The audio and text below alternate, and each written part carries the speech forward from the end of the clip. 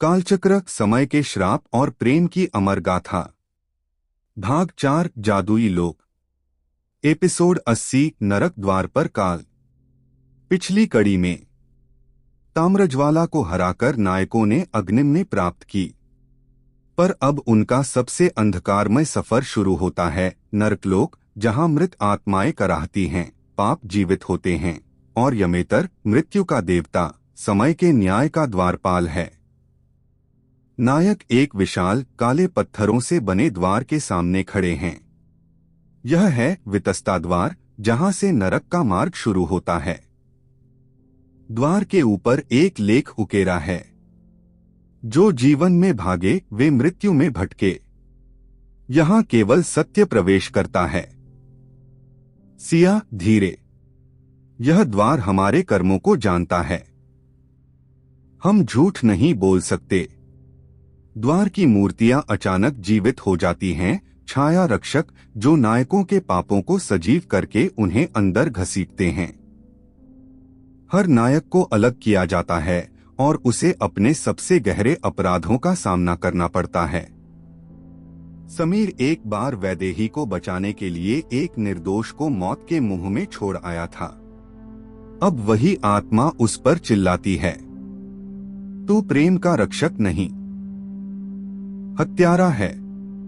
रिया को वह क्षण दिखाया जाता है जब उसने अपनी बहन की मौत के लिए खुद को जिम्मेदार ठहराया था।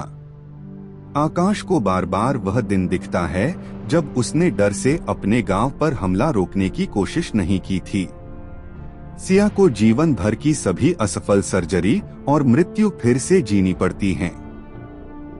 हर कोई घुट रहा है, टूट रहा है। तभी एक विशाल घंटी बजती है। चारों की आंखें खुलती हैं और वे एक साथ एक काले पत्थरों से बने सिंहासन की ओर बढ़ते हैं।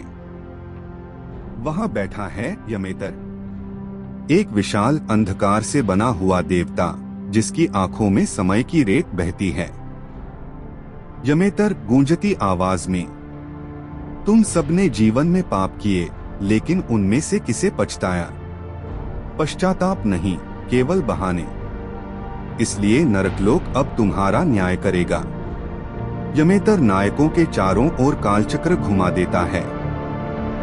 हर चक्र एक संभावित भविष्य दिखाता है, जिसमें वे अपने पापों को दोहराते हैं या उससे भी बदतर बन जाते हैं। समीर एक तानाशाह बन चुका है। रिया शक्ति के लिए निर्दोषों की बलि दे रही है। सिया अपने दर्द को दूसरों पर थोप रही है। आकाश सिर्फ प्रतिशोध में जी रहा है।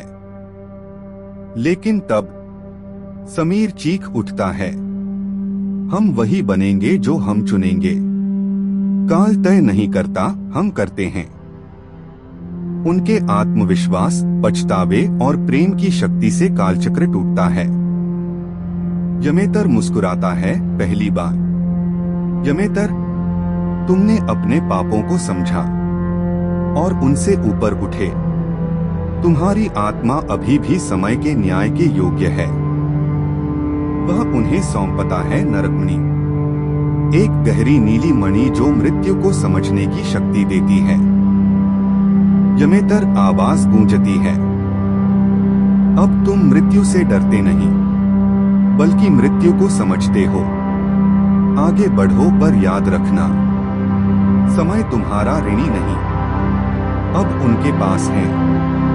वज्रमणि बल की शक्ति, अग्निमणि भय की आग, नरकमणि मृत्यु का सत्य। पर अब उन्हें जाना होगा वहां, जहां समय का मूल बीज छिपा है। पर अब उन्हें जाना होगा वहां, जहां समय का मूल बीज छिपा है।